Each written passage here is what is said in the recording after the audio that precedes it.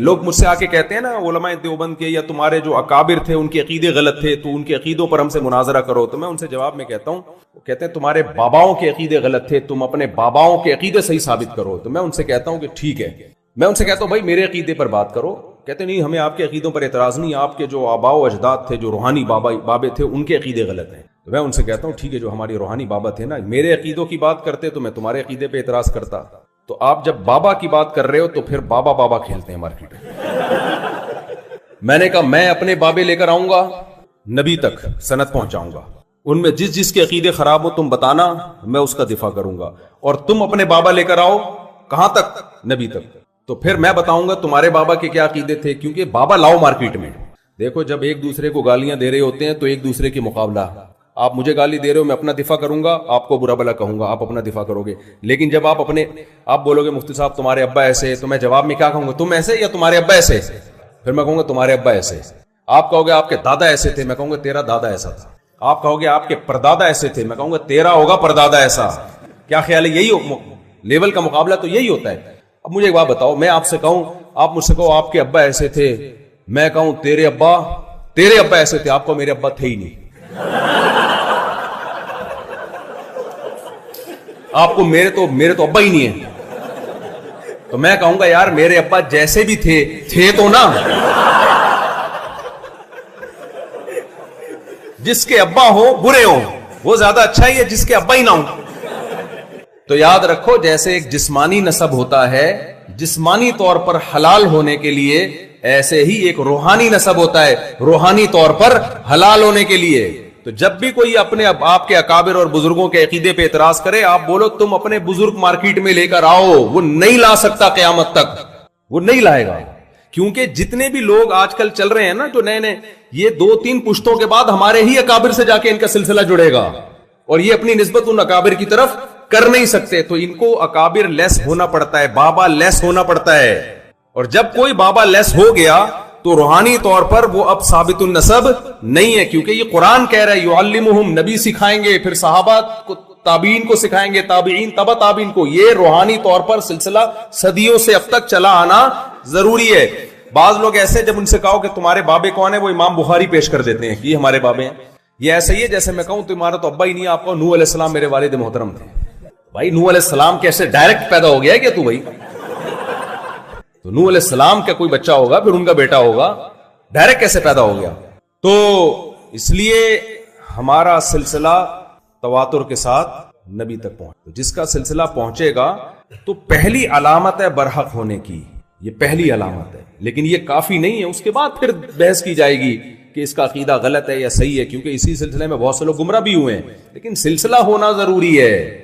یہ نہیں ہو سکتا کہ جی بغیر تلمذ کے، بغیر اساتذہ کے، بغیر مشائخ کے، آپ وہ میں پشتو میں کہتے ہیں اخپل طریقے سے میں خود علم میں نے حاصل کیا، اخپل علم معتبر نہیں ہے، اخپل طریقے سے آج کل شادی نہیں ہوتی، علم کہاں سے آئے گا؟ تو بس بیان کو میں سمیٹ کے ختم کرتا ہوں، تو آپ جو علم حاصل کر رہے ہو اطمینان کے ساتھ، چند باتیں بس 2-3 باتیں اور آپ کے سامنے کروں گا۔ دیکھو کچھ جب انسان کوئی بڑی چیز حاصل کر رہا ہوتا ہے، ملم قرآن میں کیا ہے، لئن شکرتم لازیدنکم ولئن کفرتم ان عذابی لشدید۔ اللہ تعالیٰ کی عادت ہے کہ جس شخص کو اپنے کام کی خود ہی اہمیت نہ ہو تو پھر اللہ کی نظر میں بھی اس کی اہمیت نہیں رہتی۔ اگر آپ دین کا علم حاصل کر رہے ہو اور آپ کو اس علم کے بارے میں کہ کتنا قیمتی علم ہے خود ہی احساس نہیں ہے تو پھر اللہ کی نظر میں بھی آپ کی کوئی قیمت نہیں ہے۔ تو چند چیزیں ایسی ہیں جو اس کا ثبوت ہوتی ہیں کہ آپ کی نظر میں واقعی اس علم کی بڑی اہمیت ہے۔ سب سے پہلی چیز جو آپ کے اساتذہ اور مشائخ ہیں، آپ ان کا احترام کتنا کرتے ہیں۔ جب کوئی بہت قیمتی چیز دے رہا ہوتا ہے تو تکبر سے لی جاتی ہے یا جھک کے لی جاتی ہے بھائی؟ ایسے تمیز سے اس کو آپ کو کوئی گفٹ دے رہا ہے نا، تو سب سے قیمتی چیز دین کا علم ہے جو آپ کے اساتذہ اور مشائخ آپ کو دے رہے ہیں۔ یہ تکبر کے ساتھ حاصل نہیں ہوتا، حاصل ہو تو جائے گا لیکن وہ جو اس کی برکت ہے، جو روحانیت ہے، وہ نہیں آئے گی، الٹا گمراہی پھیلاؤ گے جا کے۔ ادب تمیز کی ایک صورت ہے، ایک حقیقت ہے۔ صورت یہ ہے کہ اساتذہ کے سامنے خاکسار، وہ ایک آدمی سے کسی نے پوچھا کہ تیرا نام کیا ہے، اس نے کہا کلب حسین، حسین کا کتا۔ اب اس آدمی کا نام تھا چنگیز خان یا سمندر خان، بڑا متکبرانہ سا نام تھا۔ سامنے والے کا نام کیا تھا؟ کلب حسین، حسین کا کتا۔ اب اس نے کہا وہ میرا جب نام پوچھے گا میں تو بہت ہی خطرناک نام ہے، قیامت خان، تکبر والا نام ہے، تو مجھے بھی کوئی ایسا تواضع والا نام لینا چاہیے، کیا خیال ہے؟ کلب حسین، حسین کا کتے جیسا کوئی، میرا بھی کوئی ایسا۔ اب سوچ میں پڑ گیا، اس نے پوچھا تو بتا تیرا نام کیا ہے؟ کہتے خنزیر اللہ۔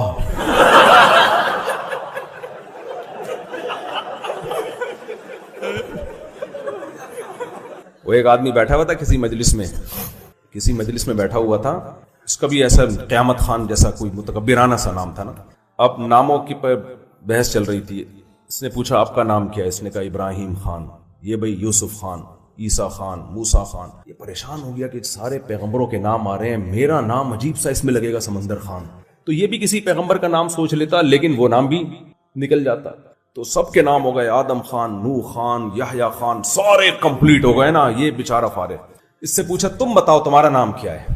کافی غور کر کے کہتے ہیں پروردگار خان۔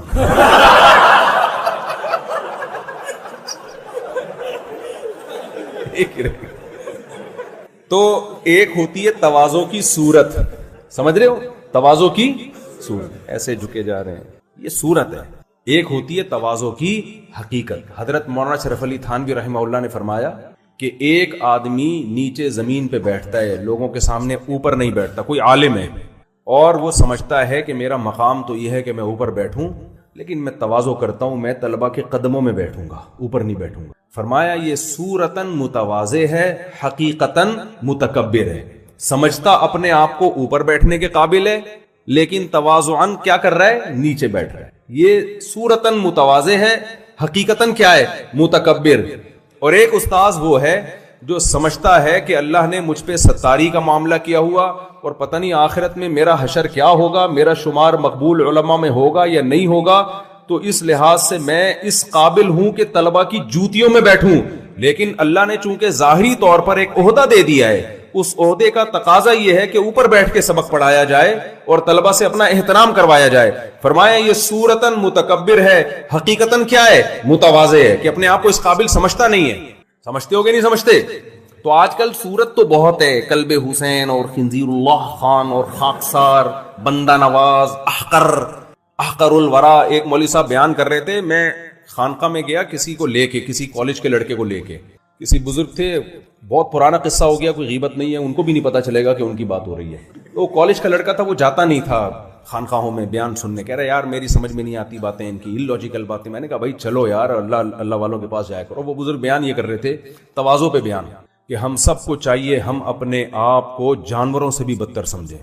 تو مجھے یوں کر کے دیکھتا ہے کہ بھائی ہم کیوں جانور سے بدتر؟ وہ کالج کا لڑکا نا، مجھے یوں، میں نے کہا بھائی اس کا ایک مطلب ہے، میں بعد میں سمجھاؤں گا، بیٹھ بیان چل رہا ہے۔ پھر انہوں نے کہا بلکہ ہمیں چاہیے ہم اپنے آپ کو کافروں سے بھی بدتر سمجھیں کہ کوئی انجام کا پتہ نہیں کر رہا۔ وہ مجھے پھر دیکھتا ہے، کافر سے ہم مسلمان کیا کافروں سے بدتر؟ میں نے کہا بھائی سمجھا، آرام سے بیٹھو، میں اس کا مطلب اس پہ حاشیہ چڑھاؤں گا، میں اس کا مطلب ہے، مجھے ڈر یہ ہو رہا ہے کہ وہ لوگ مجھے دیکھ رہے ہیں۔ میں نے اس کو چپ کرایا۔ پھر وہ آگے کہتے ہیں بلکہ ہمیں اپنے آپ کو گوبر اور گوں کے کنستر سے بھی برا سمجھنا چاہیے۔ جب یہاں آئے نا تو میں نے کہا اب زیادہ ہو گئی ہے، کیا ہو گئی؟ اب اتنی تواضع تو میں افورڈ نہیں کر پا رہا۔ تو میں نے کہا اب صحیح ہے، اب یہ اس کا کوئی میرے پاس تعویل۔ تو سمجھنے پر گورنمنٹ کی طرف سے کوئی پابندی نہیں ہے، کوئی کچھ بھی سمجھے اپنے آپ کو، کوئی مسئلہ نہیں ہے۔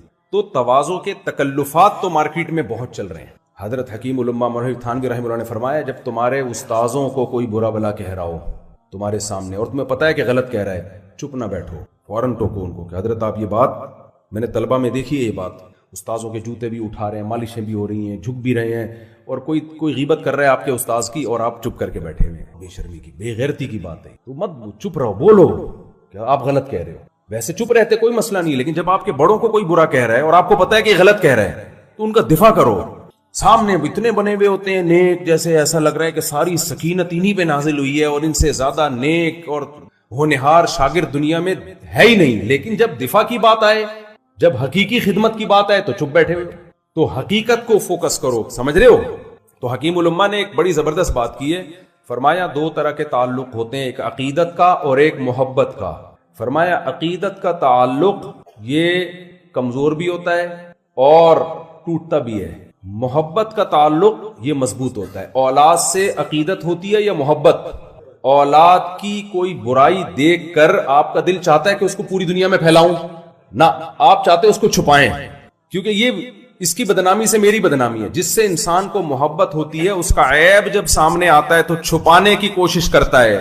لوگوں کہتے ہیں بتانا نہیں بھائی کسی کو، میرے گھر کا معاملہ ہے. لیکن عقیدت جس سے ہو، اس کی برائی سامنے آئے تو انسان کہتا ہے اس کو بتا دو، اور عقیدت 2 منٹ میں ختم. تو محبت کا تعلق یہ عقیدت سے زیادہ مضبوط. عقیدت بھی رکھو لیکن محبت کا تعلق استاذوں سے عقیدت سے زیادہ محبت ہونی چاہیے. اگر محبت نہیں ہوگی تو کیا ہوگا؟ کوئی استاذوں کی برائی کر رہا ہے، کوئی غلط باتیں کر رہا ہے، تو آپ کے دل میں عقیدت ختم ہو جائے گی. محبت ہوگی تو آپ کو تکلیف ہوگی کہ میرے استاذوں کو برا بلا کیوں کہہ رہا ہے. جس سے انسان کو محبت ہوتی ہے نا، اس کے غم کو اپنا غم سمجھتا ہے. محبت میں انسان پھر دفاع کرتا ہے. تو محبت کا تعلق ضروری ہے عقیدت کی نسبت. آج عقیدت تو ہوتی ہے، اپنے اساتذہ سے، اپنے مشائخ سے محبت نہیں ہوتی. تو پہلا کام کیا کرنا ہے؟ عقیدت اور محبت، احترام، یہ ضروری ہے. دوسری چیز جو طالب علم میں اور علماء میں انتہائی ضروری ہے وہ ہے استغنا، غیر اللہ سے استغنا. کیونکہ اکثر طلبہ غریب ہوتے ہیں. اکثر کیا ہوتے ہیں؟ صرف 4 شادیوں کی باتیں سن سن کے ساری زندگی خوش ہوتے رہتے ہیں بیٹھ کے. جب ٹینشن میں ہوتے ہیں 4 شادیوں بیان لگا، ان کو پتا ہے کہ کوئی ایک بھی نہیں دے گا. حضرت مولانا سلوی تھانوی رحمہ اللہ نے لکھا ہے کہ اللہ کی عادت یہ ہے کہ پیغمبروں میں اور علماء میں اکثریت غریب ہی رہے. یہ عادت اللہ ہے. ایک سلیمان علیہ السلام مالدار پیغمبر گزرے، ایک داؤد علیہ السلام. اور کوئی مالدار پیغمبر ہے آپ کے علم میں؟ ہیں کوئی ہے پیغمبر جو مالدار ہو؟ سارے مسکین. اور سید المساکین محمد صلی اللہ علیہ وسلم، جن کے گھر میں 40 دن چولہا ہی نہیں جلتا تھا. تو علماء کس کے وارث ہیں بھائی؟ انبیاء کے. تو ان میں بھی اللہ کی عادت یہی ہے کہ جیسے انبیاء میں اکثر غریب ہیں تو علماء میں بھی اکثریت ہمیشہ غریب ہی رہے گی. اس لیے آپ بھول جاؤ. آپ کا خیال یہ تھا کہ اب شاید کچھ دن میں حالات آگے چل کے اچھے ہو جائیں. اکثر علماء کیسے رہیں گے؟ غریب. تو استغنا کی ضرورت امیروں کو نہیں ہوتی، ان کے پاس پیسہ ہوتا ہے. استغنا کی ضرورت کس کو ہوتی ہے؟ غریبوں کو ہوتی ہے. تو اپنے علم کو بیچنا نہیں ہے، کسی کے سامنے اپنی حاجت ظاہر نہیں کرنی ہے. دیکھو نبی کے پاس ابو طلحہ انصاری آئے، یا رسول اللہ، اللہ نے فرمایا لن تنالوا البر حتى تنفقوا مما تحبون، محبوب چیز صدقہ کرو گے تو اللہ کا قرب پاؤ گے. تو نبی نے کیا فرمایا؟ انہوں نے کہا میں اپنا باغ دینا چاہتا ہوں. آپ نے فرمایا اپنے چچا زاد بھائیوں کو دے دو. کیا میرے اور آپ میں یہ ظرف ہے؟ میرے پاس اگر کوئی کروڑ پتی آدمی آئے کہ فیصل آباد میں میری 6 دکانیں، 6 ارب روپے کی 6 دکانیں ہیں، میں چاہتا ہوں صدقہ کر دوں، آپ کا کیا خیال ہے؟ تو میرے دل میں تو سب سے پہلے آئے گا کہ احقر مناسب رہے گا اس کے لیے. کیا کہ ایک دکان احقر کے نام کر دوں. تو ایک طرف گھر میں 40 دن چولہا نہیں جل رہا، لیکن صدقہ کرنے والے کو ترغیب کیا دی جا رہی ہے؟ اپنے چچا زاد بھائیوں کو دو. تو یہ ظرف آج کل مارکیٹ میں شارٹ ہے. تو استغنا کے ساتھ جب جئیں گے تو یہ اس کی علامت ہوگی کہ آپ کے پاس جو علم ہے آپ کو اس کی اتنی قدر ہے کہ اب آپ کو کسی اور چیز کی ضرورت نہیں. ولی اللہ اس وقت تک نہیں بن سکتا جب تک 2 چیزوں کی محبت اس کے دل سے نہیں نکلے گی. اس وقت تک اللہ کی نہیں آ سکتی. وہ ہے حب مال اور حب جاہ. یہ 2 یاد کر لیں. حب مال کا مطلب روکھڑے سے محبت، روکھڑا سمجھتے ہیں؟ پیسے سے محبت. اور دوسری چیز ہے جاہ، عزت اور شہرت کی لالچ، بڑا بننے کا شوق. بڑا سے مراد ہر محفل میں میری ٹانگ اونچی رہے. گناہ تو پہلے سبھی چھوڑا کرتے تھے، سبھی بچتے تھے، لیکن یہ جو دل ہے نا، دل یہ خراب ہونا شروع ہو گیا تھا. بہت سے لوگ بظاہر بڑے نیک ہوتے ہیں، لیکن آپ جب پیسوں کے معاملات کرو تو پتہ لگتا ہے کہ اس کے دل میں دولت کی محبت کے پورے پورے گٹر ابل رہے ہیں. یہ کہے گا کہ میری کھال چلی جائے مگر میرا پیسہ نہ جائے. تو صوفیاء کرام اس کی کوشش کرتے تھے. جیسے میڈیکل سائنس میں ڈاکٹرز ہوتے ہیں نا، پہلے تو ڈاکٹر نہیں ہوا کرتے تھے، یعنی یہ میڈیکل سائنس نے اتنی ترقی نہیں کی تھی. ڈاکٹر تو ہمیشہ سے حکیم ہوتے تھے پہلے. لیکن اب کیا ہے کہ بہت سارے تجربوں کے بعد دوائیں ایجاد ہو گئیں. بھئی دماغی طاقت کے لیے، یہ فلانی بیماری کے لیے ابھی کرونے کے تجربے سے گزر رہے ہیں، تب ہو سکتا ہے اگلے سال کوئی دوا ایجاد ہو جائے. لیکن وہ ایجاد ہونے میں بھی کئی لوگوں کے تجربے ہوں گے پہلے. تو ایسے ہی باطن کی اصلاح کے لیے اہل اللہ نے کیا کیا کہ انہوں نے کہا کہ بھئی یہ ظاہری طور پر تو نیک بن جاتے ہیں، نماز پڑھ لیتے ہیں، زکوٰۃ بھی دے لیتے ہیں، اور جو ٹوٹے پھوٹے شریعت کے حکام ہیں وہ بھی کر لیتے ہیں, لیکن اندر سے معاملہ کیا ہو رہا ہے؟ خراب. اور اسلام نام ہے ظاہر اور باطن. یہ جو 6 فٹ کا 5.5 فٹ کی باڈی ہے اس کو بھی ٹھیک کرو اور اندر سے دل کو بھی ٹھیک کرو. اور اس باڈی کے اور اندر کے دل کے ٹھیک ہونے میں فرق کیا ہے؟ اوپر سے باڈی صرف ٹھیک ہو جائے نا, اندر سے حساب ٹھیک نہ ہو, سکون تو ملے گا ہی نہیں, سوال ہی پیدا نہیں ہوتا. اور باڈی بھی ہر وقت اس بات کا امکان رہے گا کوئی غلط کام شروع کر دے. اور اندر کے سیٹ اپ کو درست کر لیا نا تو ایسے ہے جیسے GHQ پہ قبضہ ہو گیا. بھائی جب بغاوت ہوتی ہے, مارشاء اللہ آتا ہے, فوج اقتدار سنبھالتی ہے, تو سب سے پہلے کہاں قبضہ ہوتا ہے؟ یعنی سارا کنٹرول GHQ کا آ جاتا ہے نا. جتنے بھی میڈیا کے ذرائع, جنرل مشرف نے نہیں جب وہ کیا تھا سارا, تو جتنے بھی پیک کے عہدے ہیں, ایسے مقامات ہیں, حساس ادارے, سب سے پہلے ان کو کنٹرول میں لیا جاتا ہے.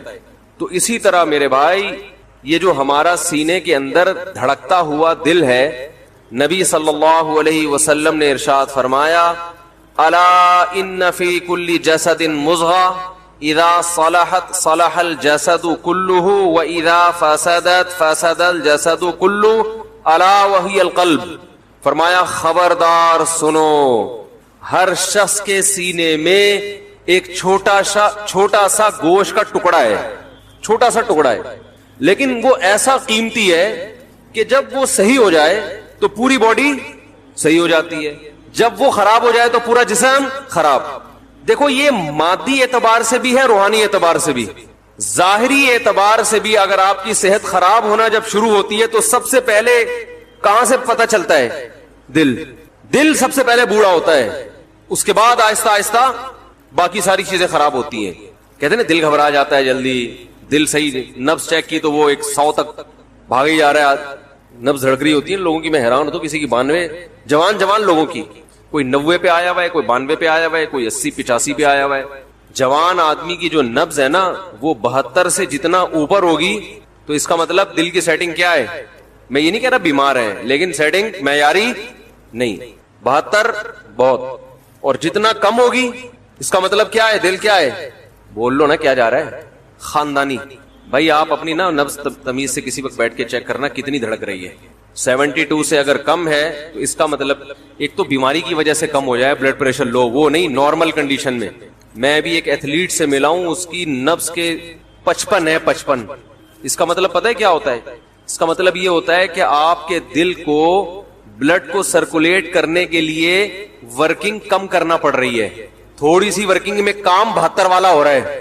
ارے جس کا دل 55 دفعہ دھڑک رہا ہے, بلڈ پریشر لو ہونے کی وجہ سے نہیں, ویسے ہی, تو اس کا مطلب ہے وہ 55 دفعہ دھڑک کے وہ کام کر رہا ہے جو ایک نارمل آدمی کا اس کام کو کرنے کے لیے 72 دفعہ دھڑکنا پڑتا ہے. نہیں آ رہی بات میرا خیال ہے. تو اس کا مطلب صحت مند کس کا ہے؟ 55 والے کا, 72 والے کا؟ 55 والے کا. سمجھتے ہو کہ نہیں سمجھتے ہو؟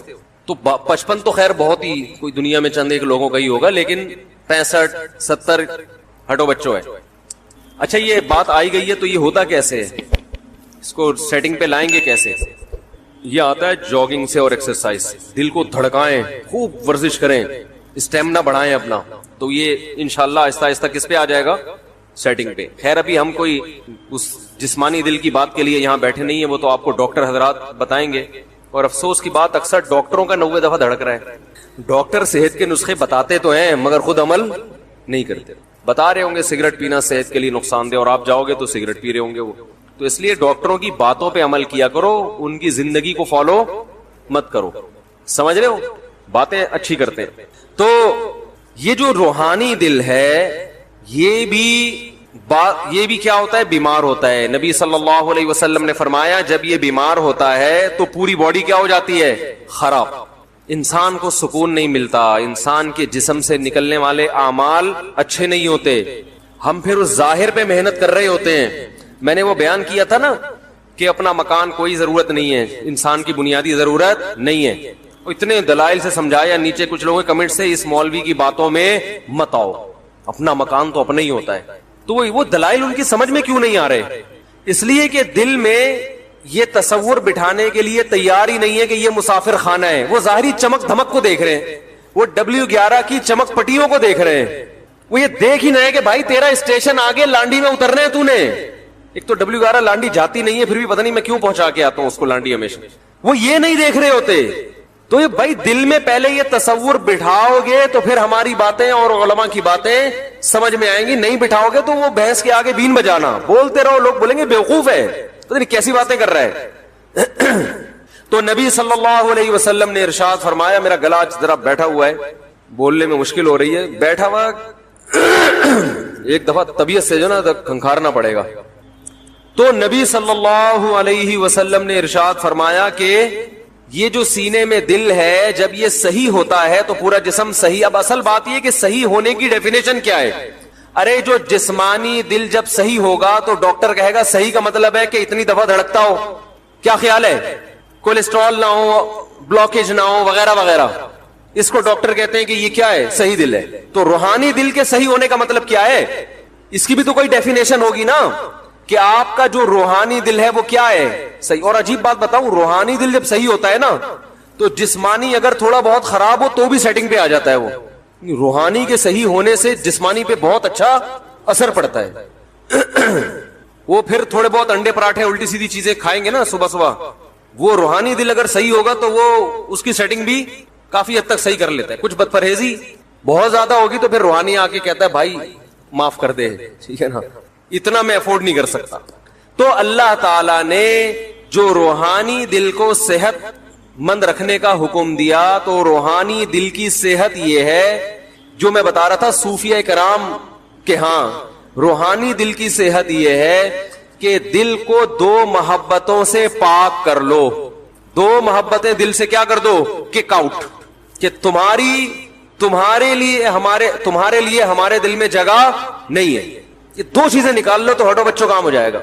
اور لوگ اسی کے لیے تیار نہیں ہے. سب کچھ کر لیں گے, یہ دو کام کرنے کے لیے تیار نہیں. ایک ہے مال کی محبت, جس کو تصوف کی اصطلاح میں حب مال کہتے ہیں. حب کا معنی عربی میں محبت, اور دوسرا جاہ, وجاہت کہتے ہیں نا, وجاہت تو نہیں کہہ سکتے اس کو, جاہ کہتے ہیں عزت. عزت کی لالچ. لالچ کا مطلب میں کیا بن جاؤں, بڑا, میری عزت ہو. مال کی محبت اور کیا, جاہ کی محبت. آپ کہہ سکتے ہیں کہ بھائی مال کی محبت تو ایک فطری چیز ہے, کیا خیال ہے بھائی, پیسے سے اگر ہر اچھی چیز سے محبت ہوتی ہے کہ نہیں ہوتی ہے, کیا خیال ہے بھائی؟ تو یہ کیسی بات ہے, پیسے سے گولا گنڈا بھی آ رہا ہے, گٹکا بھی اسی سے آ رہا ہے, پان بھی اسی سے آ رہا ہے, گھر بھی اسی سے مل رہا ہے, گاڑی بھی اسی سے آ رہی ہے, اور بیوی اگر خوش ہے تو وہ بھی کس سے, آپ کے پیسے ختم ہو جائے. آپ دیکھو بچے بھی ابو کو ابو کیوں کہتے ہیں, اس لیے نہیں کہتے کہ شناختی کارڈ میں یہ میری والدہ کے شوہر کے طور پہ لکھے ہوئے ہیں, نہ, بلکہ اس لیے کہ یہ جب پیسے مانگو تو کیا کرتے ہیں, پیسے دیتے ہیں. ابو کی ڈیفینیشن یہی ہے آج کل. وہ نادرا بادرا کے آپ کاغذات لا کے بچوں کو دکھا دو, دیکھو بیٹا میں تمہارا ابا ہوں, بالکل اس پہ میرے پاس گواہ بھی ہے کہ شادی ہوئی تھی, اور یہ سب دیکھو. بچہ مانے گا, احترام شروع کرے گا. بچہ کہے گا ابا پیسے ہیں, پیسے دے رہے ہو, اگر دے رہے ہو یہ ڈاکومنٹ دکھانے کی مجھے ضرورت نہیں. تو پیسے سے جب اتنے کام ہوتے ہیں, پیسے سے جب اتنے سارے کام ہوتے ہیں, تو بھائی اس سے محبت تو ایک نیچرل چیز ہے نا. تو یہ کیوں اسلام کہتا ہے کہ پیسے کی محبت دل سے نکالو. ہائے ہائے کیسے سمجھائیں, سوال سمجھ میں آ رہا ہے بھائی؟ یہ ہمارا بھانجا ہے نا, چشمہ پہنا ہوا ہے آپ نے, اگر یہ چشمہ آپ کا گم جائے کتنی ٹینشن میں آؤ گے کہ نہیں آؤ گے؟ ہر وقت فکر کے چشمہ کہاں ہے, اور وہ چشمہ تلاش کرنا بھی ممکن نہیں ہے, کیونکہ چشمے کے بغیر چشمہ تلاش کیسے کرے گا آدمی بھائی؟ وہ چشمہ تو نظر ہی نہیں آئے گا نا. تو یہ چشمہ کیا فری میں ملا تھا؟ یہ کس سے آیا ہے؟ پیسوں سے آیا. تو سارے کام, روٹی پیسوں سے خریدی جاتی ہے, تو سارے کام جب پیسے سے ہو رہے ہیں, پھر یہ کہنا کہ پیسے کی محبت دل سے نکالو, یہ سمجھ میں آنے والی بات نہیں.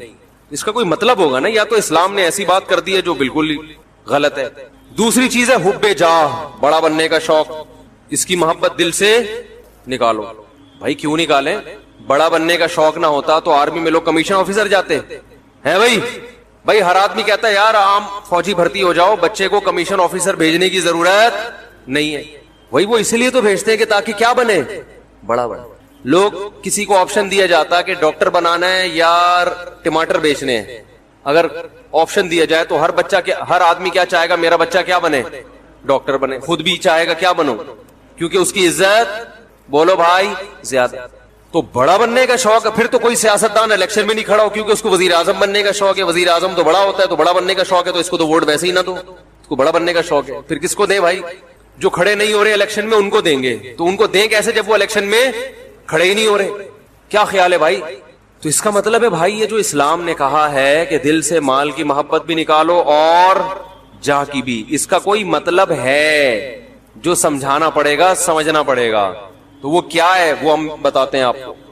اس کو قرآن اور سنت ہی نے مختلف طریقوں سے ڈیفائن کیا ہے. پیسے کی محبت، دیکھو اسلام کہتا ہے وَكَذَلِكَ جَعَلْنَاكُمْ أُمَّةً وَسَطًا، ہم نے تم کو معتدل امت بنایا ہے.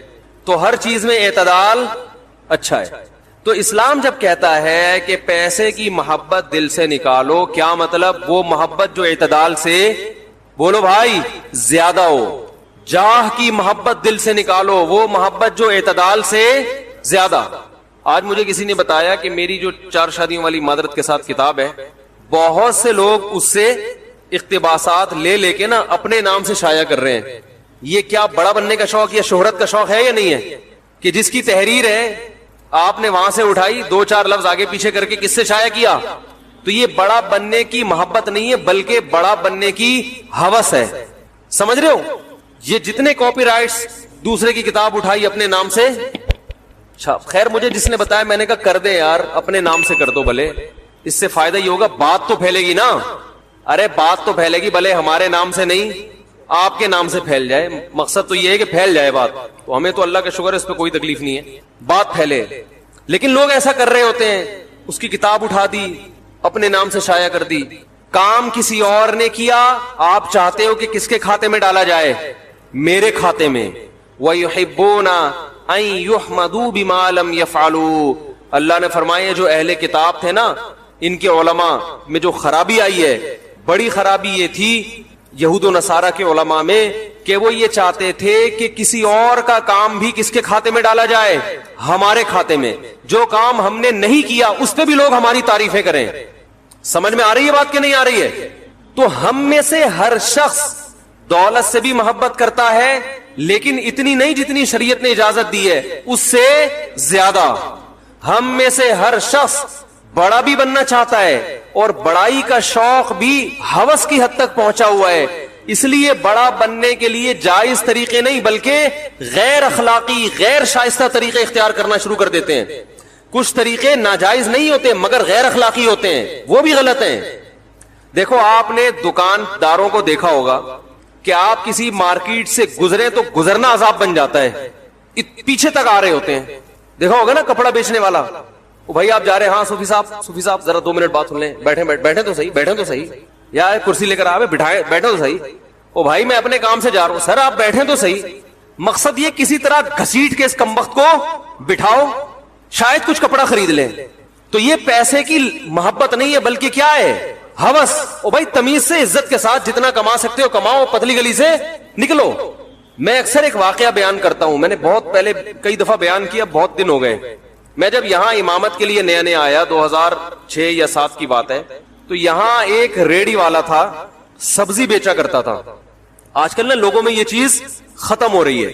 میں اس سے اکثر سبزی لیا کرتا، اتنی بڑی داڑھی ماشاءاللہ. وہ بیچارہ افغانی نہیں ہوتے غریب سے بیچارے، وہ اس طرح کا افغانی تھا، وہ اتنی بڑی داڑھی اور وہ سبزی بیچ رہا ہے، کوئی اس کا پرسان حال نہیں، وہ ریڑی ہی اس کی کل کائنات. تو میں اس کے حالات جانتا تھا. ایک دن کیا ہوا، ایک خاتون جو اس کی پرانے کسٹمر کو تو لوگ دنیا چھوڑ دیتے ہیں، آج کل کسٹمر نہیں چھوڑتے. وہ پرانی کسٹمر سبزی لے کر آئی واپس کرنے کے لیے اور کہنے لگی کہ آپ نے مجھے جھوٹ بول کر یہ سبزی بیچی ہے. جھوٹ بول. سمجھ میں آ رہی ہے بات؟ مثال کے طور پر آپ نے کہا تھا گلے ہوئے نہیں ہیں تو یہ گلے ہوئے ہیں تو فلانا ڈمکانا، کچھ اس طرح کی بات تھی. اب ظاہر ہے پرانا واقعہ ہو گیا. اس نے کہا کہ باجی میں یہاں کئی سالوں سے سبزی بیچ رہا ہوں، غلط فہمی ہو سکتی ہے لیکن میں جھوٹ بولنے والا. اس نے کہا نہیں تم جھوٹے ہو. عزت دار آدمی کو جو ہے نا یہ تانا برداشت نہیں ہوتا. جو واقعی جھوٹ نہیں بولتا نا، جو جھوٹ بولتا ہے وہ تو کہتا ہے چل چلاتی رہے، بولتی رہے، سبزی مجھ سے ہی لینا. وہ کہہ رہا ہے باجی غلط فہمی ہو گئی ہوگی، غلطی سے ڈل گیا ہوگا, یہ ایک کریلا خراب ڈل گیا مجھ سے غلطی سے, میں انسان ہوں, آپ کو میں دوسری سبزی دے دیتا ہوں. وہ کہہ رہی تھی ہاں مجھے دوسری سبزی دو, یہ والی واپس لے لو. میں واپس لے لیتا ہوں, آپ کو میں دوسری سبزی دے دیتا ہوں, تازہ سبزی, لیکن یہ غلطی سے مجھ سے ڈل گیا ہوگا. ویسے بھی آپ پرانی کسٹمر ہیں, میں آپ کے ساتھ دھوکا نہیں کر سکتا. لیکن وہ خاتون پتہ نہیں کہیں تیش میں کہہ رہی نہیں تم نے جھوٹ بولا ہے, تم یہ مانو. اس نے کہا سبزی یہاں رکھو پتلی گلی سے. وہ کہنے لگی اچھا چلو لاؤ چھوڑو دے دو. اس نے کہا نہیں اب نہیں ملے گی, جاؤ.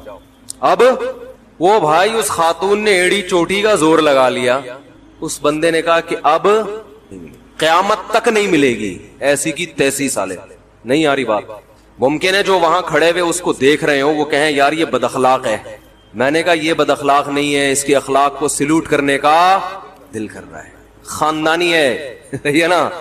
او بھائی تمہیں 10 دفعہ بتا دیا ہم جھوٹے نہیں ہیں, پھر بھی ایک ہی تانا جھوٹ جھوٹ جھوٹ. اس نے کہا دفعہ ہو یہاں سے, ایسی کی تیسی. میں نے کہا یار آپ کی پرانی کسٹمر ہے, کہ جاؤ کسٹمر کی ایسی کی تیسی. پہلے عزت ہو اس کے بعد کیا ہو. بھائی اسلام میں عزت پہلے ہے, پیسہ بعد میں. کہہ رہے یہ تانا ہم کو آج تک کسی نے نہیں دیا کہ ہم جھوٹ بولتے ہیں. کہہ رہے جھوٹ بولنا ہوتا ہم ریڈی لگا رہے ہوتے ہیں یہاں پہ, حرام کمانا ہوتا. مجھے اس کا ایسا ایٹیٹیوڈ اتنا خاندانی لگانا, میں نے کہا یار یہ بندہ بظاہر بد اخلاق ہے مگر اخلاق کے اعلیٰ معیار پر پہنچا ہوا ہے. اس لیے کہ بھائی کما رہے ہیں, چاہے ٹماٹر بیچ رہے ہیں, مگر عزت کے ساتھ. ایک دفعہ ہو جاتا ہے, اس خاتون نے کہا جھوٹ بول رہا ہے, 2 دفعہ 3 دفعہ 4 دفعہ آدمی کو تیش دلا دیا. اس نے کہا نہیں. اب دیکھو جو غیر خاندانی آدمی ہوتا ہے نا, جس کے دل میں ٹماٹر کی لالچ, وہ پیسوں کی لالچ ہوتی, پیسے ملے, وہ کچھ بھی کر دیتی نا, پھر بھی انٹی کو منانے گھر چلا جاتا. انٹی کو منانے چلا جاتا, پھر دیکھیں سبزی مجھ سے ہی لیا کریں, بھلے آپ مجھے جھوٹا بولیں, کچھ بھی چور بولیں, کچھ بھی بولیں, لیکن انٹی کدو کس سے خریدنے آپ نے, کیونکہ کدو کے پیسے میری جیب میں آنے چاہیے. ہمارے ہاں کسٹمر کو نا گھر تک لے کے گھر پہنچ رہے ہیں اس کے. بھائی تم نے دکان کھول لی, بیٹھ گئے, سب کو پتا ہے کپڑے کی دکان ہے, وہاں بھی ملتا ہے تو تمہارے پاس بھی ملتا ہے, بیٹھ جاؤ آرام سے یار. وہ پورا پیچھے تک جا رہا ہے, گلی کے کنارے تک جائے گا. اس کا مطلب تم پیسوں کی محبت نہیں ہے بلکہ ہوس ہے تمہارے اندر. بھائی دیکھو ملتان دوبارہ آتے ہیں ہم لوگ, وہ جو ملتان پہ بندہ اتارا تھا نا ہم نے, اب وہ بندہ انشاءاللہ ہر مثال میں ہمارے ساتھ رہے گا. محبت ہو گئی آپ کو اس ملتان, آپ پشاور جا رہے تھے, وہ کہاں جا رہا تھا, ملتان. ٹھیک ہے انسان کو محبت ہوتی ہے, ہونی بھی چاہیے کہ انسان آپ کے سامنے بیٹھا ہوا ہے, ہم سفر ہے آپ کا, اور ہیلو ہائے گپ شپ. اب آپ کو اتنی محبت ہے کہ آپ ملتان اس کو گھر چھوڑنے جا رہے ہیں.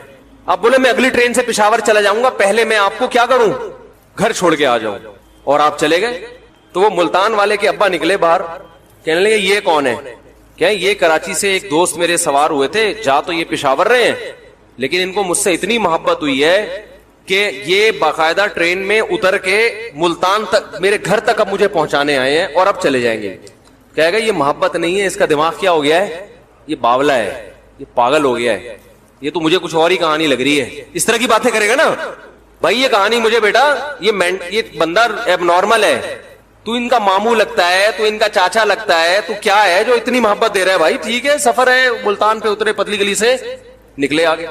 تو یہ ملتان پہ جو اتر رہا ہے اس کے بارے میں تو یہ سمجھ میں آتی ہے. تو محبت تو اس کے علاوہ بھی 10 چیزوں سے ہوتی ہے نا بھائی, پیسے سے بھی ہوتی ہے, عزت سے بھی انسان کو محبت ہوتی ہے. تو اس کی بھی کوئی لمٹ ہوگی کہ نہیں ہوگی, یا وہ اس کی حدود ہی نہیں ہے. ہر چیز سے محبت کی کچھ حدود ہیں جو عقل بھی بتاتی ہے اور مذہب بھی بتاتا ہے. اگر وہ محبت حد سے تجاوز کرے گی تو وہ محبت نعمت کے بجائے عذاب اور ایب نارملٹی بن جائے گی وہ, اور اس پہ قیامت میں سزا ملے گی آپ کو. ایسے ٹوپیاں کرا رہے ہوتے ہیں آپ, دیکھو نا دکانداروں کو کیسے بات کرتے ہیں اپنا مال بیچنے کے لیے. ایسے تمہید شروع کرے گا, ایسے شروع کرے گا. ابھی میں نے منڈی میں کچھ اجتماعی جانور خریدنے تھے تو تجربے ہوئے. بندہ ایسے لگتا ہے جیسے اس سے زیادہ نیک دنیا میں کوئی ہے ہی نہیں, وہیں سے ٹوپی شروع. تو عزت کے ساتھ جتنا پیسہ آ جائے عزت کے ساتھ اس پہ انسان اللہ کا شکر ادا کرے, ہوس نہ کرے. دیکھو ہوس کی ایک اور علامت بتاؤں. ہوس کی ایک علامت یہ ہے کہ دوسرے کی جیب پہ نظر. آپ کے ساتھ اٹھنے بیٹھنے والا, آپ کے تعلق والا آدمی کو کروڑوں روپے کا مالک بن گیا, ایک دم آپ کے ذہن میں خیالات آنا شروع ہو گئے کہ یہ مجھے تھوڑا سا کیا کر دے, ہدیہ دے. میں ایک بات آپ کو یہ بھی بتاؤں کہ لوگ اپنی آمدن جو کسی دوسرے کو بتاتے نہیں ہے نا, اس میں ان کو ڈر ہوتا ہے کہ یہ مجھ سے پیسے مانگ لے گا. یہ معاشرے کے خراب ہونے کی علامت ہے کہ کوئی بھی آدمی اپنی کھل کے آمدن کسی کو بتانے کے لیے تیار نہیں ہے. اس کا مطلب کیا ہے؟ معاشرے میں خرابی کیا ہے؟ زیادہ ہے. بتا کیوں نہیں رہے؟ مانگے گا پیسے. نہ لوگ دینداروں کو بتاتے ہیں اپنی آمدن. بینک اکاؤنٹ کتنے سیکیور ہوتے ہیں نا. ارے آپ بینک میں مینیجر کو فون کرو, یار میرے پڑوس میں یا میرا بڑا بھائی ہے, بہت نیک آدمی ہے, ذرا بتانا اس کے اکاؤنٹ میں کتنے پیسے. ابا فون کرے نا بینک میں کہ میرے بیٹے کے اکاؤنٹ میں کتنے پیسے, بینک والا بتائے گا؟ اللیگل ہے, نہیں بتائے گا. آپ ایڑی چوٹی کا زور لگا دیں وہ نہیں بتائے گا آپ کو, بھائی اللیگل ہے, کیس ہو جائے گا میرے خلاف.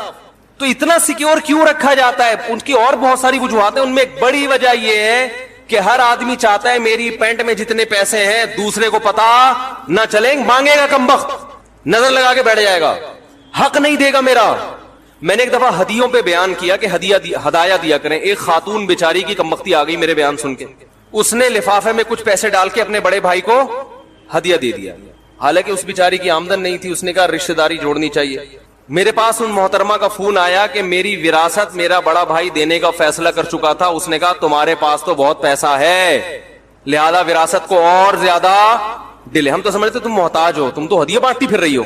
کیا کریں یار, کیسے سمجھائیں میرے بھائی, یہ ہو رہا ہے. آپ ہدیہ دے کے دیکھو, آپ کے رشتے دار آپ کے ساتھ تعاون ختم. بولیں گے تو بہت پیسے والا ہے بھائی. ارے تم تعاون کر رہے تھے, پیسے والا ہے یا نہیں ہے, تم تو بہن بھائی ہونے کی وجہ سے کر رہے. اور اس کی وراثت تو وہ کروڑ پتی ہو یا زیرو, اس کا حق تو اس کو دینا پڑے گا نا. وراثت کس بیس پہ آپ قبضہ کر کے بیٹھے ہوئے ہو؟ نہیں یار, یہ بات کیا کریں یار. معاملہ کر کے دیکھیں پیسوں کا کسی کے ساتھ. وہ کہے گا تمہیں ضرورت کیا ہے پیسوں کی. او بھائی, تو نے جب میرا تیرے سے ایگریمنٹ ہوا ہے تو تجھے اس سے کیا واسطہ کہ مجھے ضرورت ہے یا نہیں ہے؟ نہیں دیتے لوگ پیسہ. ابے اس کے پاس تو بہت پیسہ ہے, پیسے ہدیہ دو نا, پیسہ دینا چھوڑ دیں گے آپ. تو میں نے اس خاتون سے کہا, میں نے کہا مجھے بیان میں نا اس تجربے کے بعد ایک لفظ آئندہ کے لیے ایڈ کروں گا میں, کہ بہنوں کو چاہیے بھائیوں کو ہدیاں دیں, بشرطے کہ بھائی غیر خاندانی بولو نہ ہو. خاندانی بھائی ہوگا نا, جب بہن ہدیہ دے گی قبول کرے گا, بولے گا بھائی اس کا تو بڑا ظرف ہے, پیٹ کاٹ کے ہدیہ دے رہی ہے, ڈبل کر کے لوٹائے گا وہ. بولے ایسے خاندانی لوگوں پہ تو خرچ کرنے کا مزہ آتا ہے, بھکاریوں پہ خرچ کرنے میں تھوڑی مزہ آتا ہے. میرا اپنا معمول ہے, میں بار بار کہتا ہوں بھائی ممبر پہ بیٹھ کے تعریفیں نہیں کرنی چاہیے, ہم تعریف کے قابل بھی نہیں ہیں, لیکن کچھ چیزیں اپریشیٹ کرنے کے لیے نا بتانی پڑتی ہیں تاکہ لوگوں کو حوصلہ ملے. باقی ظاہر ہے میں انسان اپنی خامیاں تھوڑی بیان کرتا ہے, تو اس لیے زیادہ یہ نہ سمجھا کریں پتہ نہیں کتنے پہنچے ہوئے بزرگ ہوں گے. میں جب کسی کو ہدیہ دینے کا ارادہ کروں نا اور مجھے یہ ہو کہ یہ بیچارہ محتاج ہے اور سفید پوش ہے, پھر میں جب اس کو ہدیہ دوں اور وہ نہ لے تو میں اس سے کہتا ہوں کسی کے باپ میں انشاءاللہ وہ دم نہیں ہے کہ میں تجھے دے رہا ہوں اور تو نہ لے. لڑائی ہے, کیونکہ ایسا آدمی ہمیں چاہیے, بھیکاری نہیں چاہیے. کمبخت کسی کو کوئی چیز دے دو نا. وہ ایسے, وہ میں نے بتایا تھا نا ایک ماسی کو 5,000 روپے دے دیے میں نے کچھ دن پہلے. اس کو بولا محترمہ یہاں سے پتلی گلی سے نکل لو. مجھے پتا تھا یہ 500 مانگ رہی تھی, ہم نے دے کتنے دیے 5,000, تو اس لیے کہ بیچاری خوش ہو جائے. مجھے اندازہ تھا اب یہ دھرنا مار کے بیٹھ, وہی ہوا, وہ جا ہی نہیں رہی. اگلے دن پھر آ گئی, پھر آ گئی, پھر آ گئی, پھر گھر میں گھس رہی ہے, پھر دیے پیسے. بھائی جان چھوڑو, نہیں بھائی اب تو جتنا دو گے اتنا. میں نے کہا نکلو, صحیح ہے نا, سختی کرنی پڑتی ہے. پھر یا تو اس کے گھر جاؤ کہ دیکھو کہ واقعی محتاج ہے یا نہیں, تو پھر ماہانہ باندھ دے آدمی. بھکاریوں کو دینے سے مطلب تو یہ ہوتا ہے کہ اب آپ اس کے بھکاری پن میں اور زیادہ اضافہ کر رہے ہیں. تو اسلام آپ کو اس کی ترغیب تھوڑی دے رہے کہ لوگوں کو بھکاری بناؤ. اسلام تو کہہ رہے لوگوں کو کارآمد بناؤ. تو عزت دار لوگ تلاش کیا کریں اور گن پوائنٹ پہ ان کو دیا کریں. یہ نہیں ہوتا کہ ایک دفعہ انہوں نے کہہ دیا نہیں ایسے, تو اچھا چلو میں تو ویسے ہی پوچھ رہا تھا. فوراً لوگ پتہ کیا سوچتے, چلو ہمیں نیت کا ثواب تو مل گیا. دیا کرو, بولو تیرے باپ کو بھی لینا پڑے گا ایسی کی تیسی. پہلے سوچو کہ دینا کس کو ہے. تلاش کرو سفید پوش لوگوں کو جو کسی سے مانگتے نہیں ہیں, عزت کے ساتھ زندگی گزار رہے ہیں, پھر عزت کے ساتھ ان کو دو. اب اگر وہ کہہ رہے ہیں نہیں بھائی میرے گھر میں ضرورت نہیں ہے, یا بھائی آپ چھوڑو ضرورت ہے یا نہیں, تمہارے باپ کو بھی. یہ اصل میں باپ کا جب تک نہیں ہو بات بنتا. آپ کہیں لوگ مسا پتہ نہیں کیا ممبر بیٹھ کے باپ کی باتیں لگا کے رکھی ہوئی, اس کے بغیر چلتا نہیں ہے نا معاملہ. یہ جب بولو گے تو پھر وہ بولے گا بھائی یہ تو تیش میں آیا ہوا ہے. تو ہم لوگ خود بھکاری بنا رہے ہیں لوگوں کو. جو سفید پوش ہیں ان کو دیتے نہیں ہیں, اور جو بھکاری ٹائپ کے لوگ ہیں ہر بھائی یہاں سے یہ مل جائے وہاں سے بھی مل جائے, ان کو دے دے کے اور کیا کر دیتے ہیں, بگاڑ دیتے ہیں, ان کو خراب کر دیتے ہیں. یہاں ایک دفعہ کچھ مزدور آئے ہوئے تھے, مسجد کا گڑھا کھود رہے تھے نا, رمضان میں روزہ رکھ کے کنواں کھود رہے ہیں. میں نے ان کی حالت دیکھی, میں نے کہا یار یہ واقعی مستحق ہے. یہ کیا ہے, واقعی مستحق. تو میرے پاس رمضان میں لوگوں کی طرف سے زکاتیں بھی آتی ہیں, کچھ اپنی زکات بھی تھی, میں نے ان کو کچھ پیسے گھر بلا کے بانٹ دی. خاندانی لوگ تھے, بھکاری اور منگتے نہیں, ایک ان میں منگتا نکلا, صحیح ہے نا, باقی تو دوبارہ آئے نہیں. ظاہر ہے وہ تو کہتے ہیں کہ جو اللہ کی طرف سے ایک نعمت مل گئی, ہم تو گڑا کھود رہے تھے اور روزہ رکھے تو اللہ کی طرف سے ایک نعمت مل گئی. ایک کیا تھا, منگتا. 2-3 دفعہ آیا, میں نے کہا ہو سکتا ہے بیچارے کو واقعی ضرورت ہو, میں نے دوبارہ تعاون کر دیا, کیونکہ بعض دفعہ ہوتے ہیں گھریلو حالات. پھر میں نے اس کی انکوائری کی, پتا چلا یہ کمبخت کام ڈھیرے گا نہیں کرتا, یہ گھنا بن کے ہر جگہ چلا جائے گا, کام نہیں کرتا. اس کا کام ہی یہی ہے کہ مزدوروں کے ساتھ بیٹھے گا, پھر جا کے آپ سے کیا مانگے گا, بھیک. شو یہ کرے گا میں بھی مزدور ہوں. تو مجھے اس وقت اندازہ ہوا کہ کام کرنے والا آدمی مانگتا نہیں ہے, اس کو اللہ کی طرف سے مل جاتا ہے, اور جو منگتے ہوتے ہیں وہ کام نہیں کرتے. تو اب جو ان مزدوروں کو ہم نے پیسے دیے ان کو بھی خوشی ہوئی ہوگی نا, یہ خوشی اعتدال کی ہے, اور یہ جو منگتا ہے کمبخت اس کی خوشی حد سے بڑی ہوئی ہے, تبھی یہ بار بار آ رہا ہے. اس میں پیسے کی لالچ ہے, ان میں دولت کی لالچ نہیں ہے. اتنی محبت ہے جتنی ہونی چاہیے, یہ ضروری ہے, زیادہ نہیں ہے, ہوس نہیں ہے. تو بھائی دیکھو, ایک چیز کا بہت اچھی طرح اہتمام کر لو. اچھا, پیسے سے محبت کی یہ بھی علامت ہے کہ آپ کے بنیادی خرچے پورے ہو رہے ہیں اور آپ کی نظر دوسرے کی جیب پر ہے. بنیادی خرچے آپ کے اگر پورے ہو, روٹی مل رہی ہے 2 وقت کی, سر چھپانے کے لیے چھت ہے. اب اگر آپ کی نظر ہے کہ اس کے پاس تاکہ میری یہ حاجت پوری, یہ دولت کی ہوس ہے. یہاں بھی میں اپنا ایک واقعہ بیان کر دیتا ہوں. میرے پاس ایک صاحب آئے, چند لاکھ روپے تھے ان کے پاس. یہ واقعہ بھی 10-12 سال پرانا ہے. 2 لاکھ روپے, 2 یا 3 لاکھ روپے, 10-12 سال پہلے 2 لاکھ روپے ٹھیک ہے بہت زیادہ ویلیویبل نہیں تھے, لیکن اتنی کم ویلیو بھی نہیں تھی جتنی آج ہے. تو وہ جی 2007 یا 2008 کی بات ہے, وہ میرے پاس پیسے لے کر آئے 2 لاکھ روپے, اور کہنے لگے کہ یہ میرے پاس پیسے ہیں, فی الحال مجھے کوئی اس کا استعمال سمجھ میں نہیں آ رہا, تو میں نے کہا آپ کو قرض دے دوں تاکہ آپ استعمال کر لو, جب مجھے ضرورت ہوگی تو مانگ لوں گا, مجھے دے دینا. میں نے کہا بھائی اللہ کا شکر ہے ہمارے سارے خرچے پورے ہو رہے ہیں. یا تو مجھے کوئی کھانے کو روٹی نہ مل رہی ہوتی, سر چھپانے کے لیے چھت بولو بھائی نہ ہوتی. میں نے کہا اللہ کا شکر ہے صبح پراٹھے بھی کھا رہے ہیں, انڈے بھی کھا رہے ہیں, دوپہر کا کھانا بھی ہو جاتا ہے, اس کے بعد 1 گھنٹہ قیلولہ ہوتا ہے. قیلولے کے بعد جب اٹھتے ہیں نیند سے, کڑک سی خاندانی قسم کی کیا پیتے ہیں, چائے پیتے ہیں, جو کہ نہیں پینی چاہیے, لیکن بہرحال تھوڑا بہت سٹا کیا ہوتا ہے اسلام میں. میں نے ایک ڈاکٹر آئے تھے نفسیاتی بہت بڑے, میں نے ان سے کہا حضرت یہ چائے اتنی خطرناک چیز ہے, اس کے خلاف بیان آپ لوگ ڈاکٹر لوگوں کو چاہیے احتجاج کریں. انہوں نے کہا یار مفتی صاحب وہ چائے ان کے لیے میں نے منگوائی نا, میں نے کہا آپ لوگ چھڑوائیں لوگوں سے.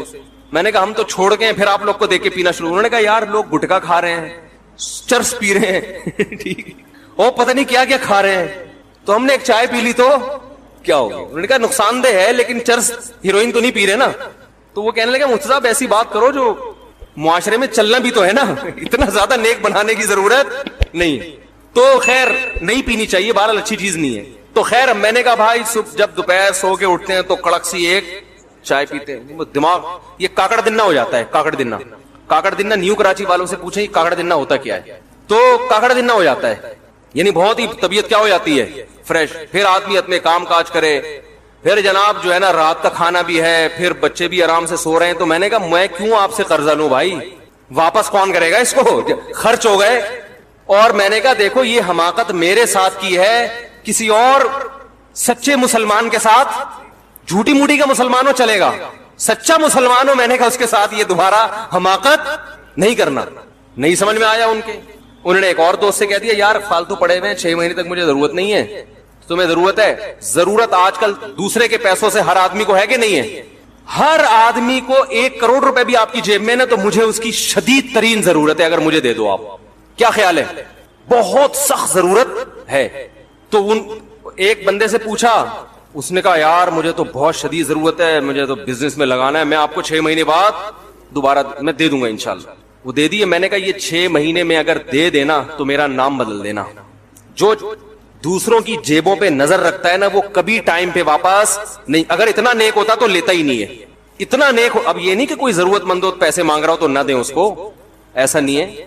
ضرورتوں میں لوگوں کی مدد کرنا اچھی بات ہے. اپنے لیے اصول بتا رہا ہوں, دوسروں کے لیے تو ظرف کیا رکھنا چاہیے, بڑا.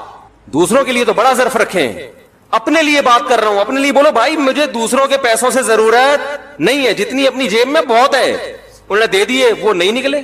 اب وہ لڑائیاں ہو رہی ہیں, ابے تو دے, وہ کہہ رہا ہے کل پرسوں ترسوں. میں نے کہا یہ دے دے تو اس سے بڑا بیوقوف دنیا میں کوئی بھی نہیں ہے. عدالت نہیں نکلوا سکتی. ایک صاحب کے 1.5 کروڑ روپے کوئی لے کے بھاگ گیا, میں نے کہا عدالت میں جاؤ, کہہ رہے ہیں عدالت صاف صاف بولے گی دیے کیوں تھے. یہ عدالت بول رہی ہوتی ہے کہ دیے کیوں تھے. تو یہ بھی ایک ہوس ہے کہ آپ کی جیب میں جتنا ہے اس پہ قناعت نہیں. ہاں کاروبار کے لیے کسی سے پیسے لینا وہ ایک الگ بات ہے. تو میں نے ان سے کہا کہ بھائی 2 لاکھ روپے اگر کاروبار کے لیے دیتے ہو, جو کہ ہو اس میں نے کہا کوئی کاروبار 2 لاکھ میں ہوتا ہے نہیں. تو میں نے کہا 2 کے اگر آپ 20 لاکھ دے دو نا تو میں کوئی بزنس کو پلاٹ خریدوں گا, مہنگا ہو جائے گا تو آدھا آپ کا آدھا میرا, اور اگر رقم ڈوب گئی تو لکھ کے دو, کچھ بھی نہیں ملے گا. جو مزاربت کا اصول ہے, اسٹیمپ پیپر پہ لکھواؤں گا کہ اگر یہ پلاٹ ڈوب گیا, چائنا کٹنگ میں آ گیا, کچھ بھی ہو گیا تو نہیں دوں گا, یہ ٹینشن نہیں ہم پالتے, پروفٹ ہوا تو آدھا آدھا. اس کے لیے وہ ایگری نہیں تھے. تو قرضہ کیوں لے بھائی بلا وجہ؟ القرض مقراض المحبہ. علماء کہتے ہیں قرض کو, قرض پتہ ہے کسے کہتے ہیں؟ کاٹنے کو. قرض کسے کہتے ہیں عربی میں؟ کاٹنے کو. مقراض قرض سے نکلا, عربی میں قینچی کو کہتے ہیں مقراض. تو قرض یہ نا محبت کی قینچی ہے. آپ کو کسی سے کتنی محبت ہو, آپ چاہتے ہیں دشمنی ہو جائے, اس کے سگے بھائی کو گولی مار دیں, اتنی دشمنی نہیں ہوگی. پیسے لے لیں اس سے, آپ قرضہ لے لیں, پھر دیکھو ایسی دشمنیاں ہوتی ہیں, دیتے نہیں لوگ ٹائم پہ. تو یہ بھی مال کی ہوس ہے کہ دوسروں کی جیبوں پہ نظر. بھائی جب تک کوئی لا کے دے بھی رہے تو نہیں لوگ کیوں لوں بھائی, میں میرے پاس اللہ کا دیا بہت کچھ ہے. اصل میں لوگ یہ سمجھتے ہیں بہت کچھ ہے ہی نہیں. لوگ کہتے ہیں یار بچوں کے اسکول کی فیسیں نہیں جا رہی, اور آپ کہہ رہے ہو کہ اللہ کا دیا بہت کچھ ہے بھائی. غریبوں والے اسکول میں بچے پڑھ رہے ہیں تو آپ کہتے ہو اللہ کا دیا بہت کچھ ہے. گوشت کھا نہیں سکتے, آپ کہتے ہو اللہ کا دیا بہت کچھ ہے. تو اصل میں بہت کچھ کی ڈیفینیشن میں ہی آپ نے بہت کچھ نہیں ہے کیا. یہ دیکھو انسان کی جو خوراک ہے نا وہ بہت محدود ہے. اللہ ہمیں اس سے کئی گنا زیادہ دیتے ہیں. آپ نے غریبوں کو دیکھا صرف روٹی کھا رہے ہوتے ہیں, کوئی بیماری ہوتی ہے ان کو, فٹ فاٹ صحت مند. یہ جو ارطغرل ڈرامہ لوگ دیکھ رہے ہیں نا سارا دن گھوڑے پہ, یہ وہ اس زمانے میں کوئی ملٹی وٹامن کیپسول تھے ہیں بھائی؟ کوئی یہ تھا کہ صبح 2 بوائل انڈے, جو میں تو ڈرامہ نہیں دیکھتا لیکن جو دیکھ رہے ہیں میں ان سے پوچھتا ہوں کہ کیا اس کی خوراک کیا ارطغرل کی, کیا کھا رہا ہے صبح؟ متوازن ناشتہ. ہم نے سائنس کی کتاب میں 7ویں کلاس میں پڑھا تھا کہ مناسب ناشتہ کیا ہے, متوازن ناشتہ, وہ سائنس کا مضمون تھا. اس میں لکھا 2 ٹوسٹ, 1 پنیر اور اتنا مکھن اور اتنے انڈے, یہ ایک بیلنس کیا ہے, ناشتہ ہے. ہم نے آ کے اپنی والدہ کو بتایا, امی ہم نے اسکول میں پڑھا ہے یہ کیا ہے, بیلنس, اس میں اتنا پنیر ہونا چاہیے, اتنا مکھن. امی نے کہا پراٹھا رکھا ہوا ہے, کھانا ہے کھا, نہ پتلی گلی سے نکل. غریب لوگ, ہم غریب نہیں تھے الحمدللہ, لیکن ہماری والدہ ہمیں چھوئی موئی نہیں بنایا انہوں نے, جو پکا ہے کھائے گا.